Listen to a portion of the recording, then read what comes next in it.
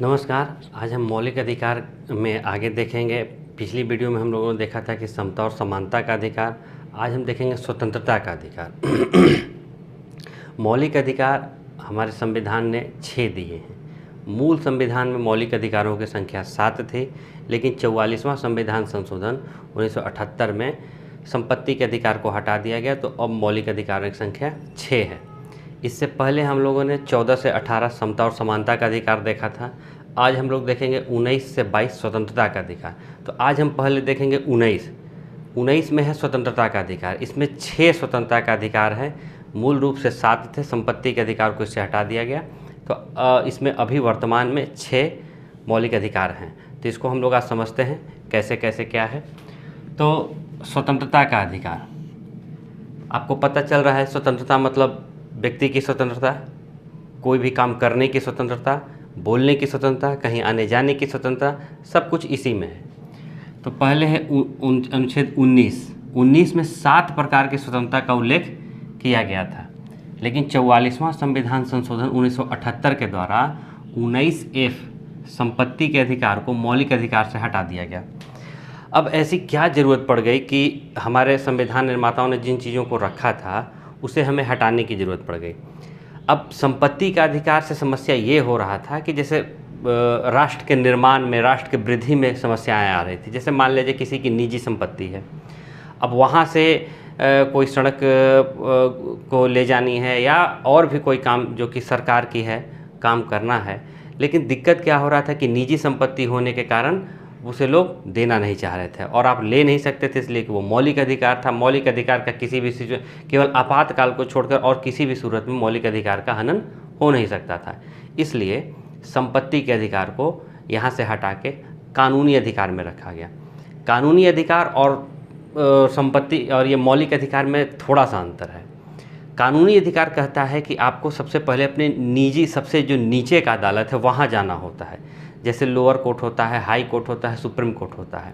तो जब कानूनी अधिकार का हनन होता है तो आप सबसे लोअर कोर्ट में जाते हैं, लेकिन जब आपका मौलिक अधिकार का हनन होता है तो आप सर्वोच्च न्यायालय और उच्च न्यायालय दो ही जगह जाते हैं, दो ही जगह जा ही सकते हैं। तो यही बेसिक डिफरेंस है। इसलिए संपत्ति के अधिकार को मौलिक अधिकार की श्रेणी से हटाकर उसे कानूनी अधिकार की श्रेणी में रखा गया। तो वर्तमान में 6 प्रकार की स्वतंत्रता है अनुच्छेद 19 के अंतर्गत। 19 के ए में है बोलने की स्वतंत्रता, भाषण तथा अभिव्यक्ति की स्वतंत्रता, प्रेस की स्वतंत्रता, अभिव्यक्ति मतलब उसी में प्रेस की स्वतंत्रता भी है, और राष्ट्रध्वज की स्वतंत्रता। अब आर्टिकल 19 में 19 के 1 में, या कहिए ए कहिए, इसे पढ़ना है 19 का ए सब क्लॉज ए। जब भी आप पढ़ेंगे 19 सब क्लॉज ए, और जब भी ये होगा स्मॉल लेटर में होगा। तो इसमें पहले हम जानेंगे बोलने की स्वतंत्रता। बोलने की स्वतंत्रता के अंतर्गत प्रिंट मीडिया, इलेक्ट्रॉनिक मीडिया यानी कि प्रेस भी आता है, प्रेस ही आता है बोलने की स्वतंत्रता में। और आप भी अपने अभिव्यक्ति मतलब भाषण, अभिव्यक्ति, आपके अंदर की जो इच्छा है उसे आप व्यक्त कर रहे हैं, ये अभिव्यक्ति है। आपकी इच्छा है कि मैं राष्ट्र निर्माण के प्रति कुछ बोलूं, या राष्ट्र में कुछ कमियां हैं तो उसको बोलूं, या हमारे लोकल गवर्नमेंट कुछ अच्छा काम नहीं करे तो उसके बारे में बोलूं, तो इसे कहते हैं अभिव्यक्ति। अपने अंदर की बातों को व्यक्त करना अभिव्यक्ति है। और भाषण देने की स्वतंत्रता, प्रेस की स्वतंत्रता इसी के अंतर्गत है, यानी कि अभिव्यक्ति के स्वतंत्रता के अंतर्गत प्रेस की स्वतंत्रता को भी रखा जाता है। अब यहाँ समझना है राष्ट्रध्वज की स्वतंत्रता, इसके बारे में थोड़ा जान जाते हैं। सर्वोच्च न्यायालय ने नवीन जिंदल बनाम भारत संघवाद में 2004 में निजी भवन या संस्थान में राष्ट्रध्वज फहराने का अधिकार दिया, परंतु राष्ट्रध्वज संहिता 2022 का उल्लंघन नहीं होना चाहिए। इसमें सरकार ने एक घटना हुई छत्तीसगढ़ में। छत्तीसगढ़ आपको पता है कि मध्य प्रदेश से अलग हुआ है, तो छत्तीसगढ़ में एक स्थान है कोरबा में नवीन जिंदल की एक फैक्ट्री है, स्टील की फैक्ट्री। वहाँ पर जो फैक्ट्री प्रबंधक था वो राष्ट्रध्वज फहराना चाह रहा था 15 अगस्त को, लेकिन वहाँ के जो तत्कालीन जिला अधिकारी थे वो वहाँ आ गए और उन्होंने कहा कि नहीं, आपको फहराने का ये अधिकार नहीं है, काहे कि आप सरकार की नहीं हैं, आप निजी कंपनी हैं, इसलिए निजी कंपनी को अधिकार नहीं दिया गया है। तो नवीन जिंदल, ये अब है तो ये मौलिक अधिकार, तो आप या तो सर्वोच्च न्यायालय जा सकते हैं या उच्च न्यायालय। तो नवीन जिंदल सर्वोच्च न्यायालय गए और कहे कि झंडा फहराना मेरा मौलिक अधिकार और हम इसे फहराएंगे। उन्हीं के बाद में जब कोई केस जब किसी पर होता है, तो यहाँ पर भारत सरकार पर हुआ, तो नवीन जिंदल बनाम भारत सरकार वाद, भारत सरकार पे केस किया गया। केस किसने किया? नवीन जिंदल ने। तो नवीन जिंदल बनाम भारत सरकार वाद केस का नाम हो गया।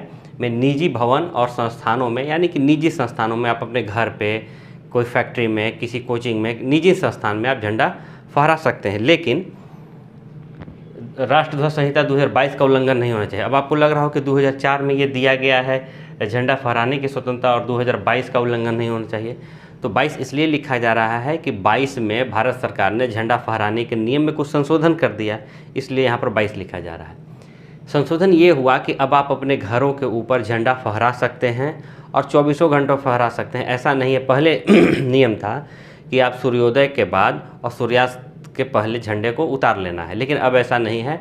आप अपने घर के ऊपर झंडा फहरा सकते हैं, कोई उतारने की ज़रूरत नहीं है। बस झंडा संहिता का उल्लंघन नहीं होना चाहिए, उसको आप यहाँ वहाँ नहीं फेंक सकते, वो फट जाए तो उसको किसी अच्छे स्थान पर रख के उसे जला देना चाहिए, और इस तरीके से आप उसको यहाँ वहाँ फेंक नहीं सकते, कूड़े कचड़े में नहीं फेंक सकते। बस इतना इस पर ध्यान रखना है।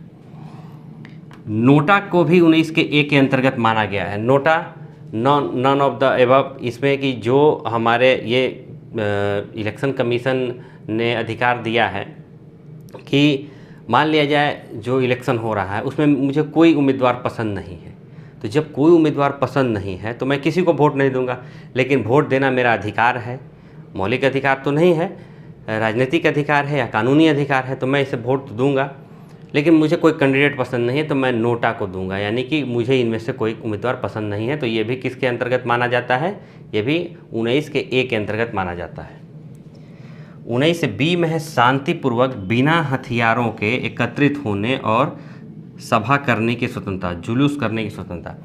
अब आप बिना हथियार के आप एक जगह इकट्ठा हो सकते हैं, आप सभा कर सकते हैं, आप सरकार के खिलाफ कुछ भी कर सकते हैं, बशर्ते कोई राष्ट्र विरोधी काम नहीं होना चाहिए। ना आप हथियार के साथ वहाँ जा सकते हैं, शांतिपूर्ण बिना किसी को नुकसान पहुँचाए आप एक आंदोलन कर सकते हैं। इस पर किसी भी तरह का कोई रोक टोक नहीं है। किस में है? 19 के बी में है।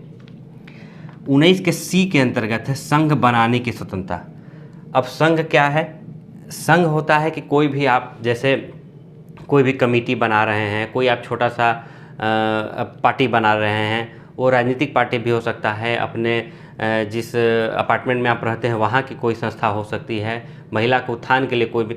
तो यानी कि संघ बनाने की स्वतंत्रता किस में है? 19 के सी के अंतर्गत है। 97वां संविधान संशोधन 2011 के द्वारा सहकारी समिति बनाने का अधिकार जोड़ा गया। इसके अंतर्गत मजदूर संगठन, दबाव समूह और राजनीतिक दल आते हैं। सहकारी समिति क्या होती है? कोऑपरेटिव, यानी कि कुछ लोगों के द्वारा मिलके किसी संस्था को चलाना कोऑपरेटिव होता है। जनरली ये ग्रामीण स्तर पे ये चीज़ दिखाई देता है और बैंकों के लिए ये ज़्यादा प्रयोग होता है। जो बैंक सहकारी बैंक कहलाते हैं। इसमें एक चीज़ और समझना होगा, दबाव समूह क्या है? वो सारे चीज़ दबाव समूह हैं जो सरकार पे दबाव बनाते हैं अपने काम को कराने के लिए। यानी कि जैसे मान लिया जाए कोई भी संगठन है, वो सरकार पे दबाव बना रहा है कि हमें वेतन की वृद्धि कीजिए, तो एक प्रकार का दबाव समूह है। राजनीतिक दल भी, जो विरोधी पार्टी है, वो भी एक दबाव समूह भी है। दबाव समूह कहने का मतलब सरकार पे अपने अधिकारों की पूर्ति के लिए सरकार पे दबाव बनाकर अपने लाभ लेना दबाव समूह है। तो कोई भी चीज़ जो है जो सरकार पे दबाव बना के अपना काम निकाल ले, उसे दबाव समूह कहते हैं। उसके बाद है 19 का सी हो गया। डी, देश के किसी भी क्षेत्र में आवागमन की स्वतंत्रता। आप देश में कहीं भी आ जा सकते हैं, कहीं रोक टोक नहीं है, लेकिन इसमें कुछ अपवाद भी है। कुछ उस तरीके के इलाके हैं, जैसे अंडमान निकोबार द्वीप समूह में सेंट्रली जनजाति रहती है, आप उनके अधिकार क्षेत्र में नहीं जा सकते, आप उस द्वीप पर, सेंट्रली द्वीप पर नहीं जा सकते, तो ये रोक टोक है। तो आप देश के किसी भी क्षेत्र में आवागमन कर सकते हैं, कहीं भी आ जा सकते हैं, आपको आने जाने पर कोई रोक टोक नहीं है। 19 का ई, देश के किसी भी क्षेत्र में निवास करने और बसने की स्वतंत्रता। पहले जम्मू कश्मीर अपवाद में था, लेकिन अब यहाँ भी ख़त्म कर दिया गया। और भी कई एक राज्य हैं, जैसे हिमाचल प्रदेश है, नागालैंड है, कई एक ऐसे जगह हैं संविधान में आर्टिकल 371 के तहत कई एक ऐसे जगह हैं जहाँ आप बस नहीं सकते, क्योंकि कुछ वहाँ की लोकल आदिवासी हैं, उनकी ज़मीन है, उनके अधिकार क्षेत्र में आप नहीं जा सकते। लेकिन बाकी आप देश के किसी भी क्षेत्र में निवास कर सकते हैं, बस सकते हैं, रह सकते हैं, कोई रोक टोक नहीं है। अनुसूचित जनजाति के क्षेत्रों में आप नहीं बस सकते हैं। 19 के जी कोई भी व्यापार एवं जीविका चलाने की स्वतंत्रता है।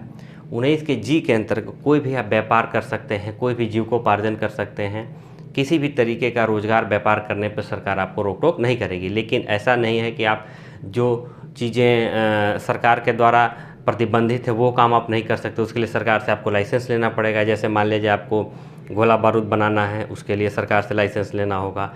आपको भांग की खेती करनी है, उसके लिए सरकार से लाइसेंस लेना होगा। आपको शराब बेचना है तो सरकार से लाइसेंस लेना होगा। अब जैसे कुछ राज्य हैं, जैसे गुजरात है, बिहार है, इन सब जगहों पे शराबबंदी है। तो शराबबंदी है तो ऐसा नहीं कि आप कहिएगा कि मेरा जीविकोपार्जन शराब ही है, शराब को ही मैं बेच कर अपना जीविकोपार्जन चलाता हूँ, तो वो आप काम नहीं कर सकते। इसके अलावा आप कोई भी काम कर सकते हैं। अब इसको याद कैसे किया जाए? याद करना बड़ा ही आसान है। आप एक सीक्वेंस से इसको याद करिए। 19 के ए में है बोलने की स्वतंत्रता, पहले किसी को कोई बोलेगा, ठीक है।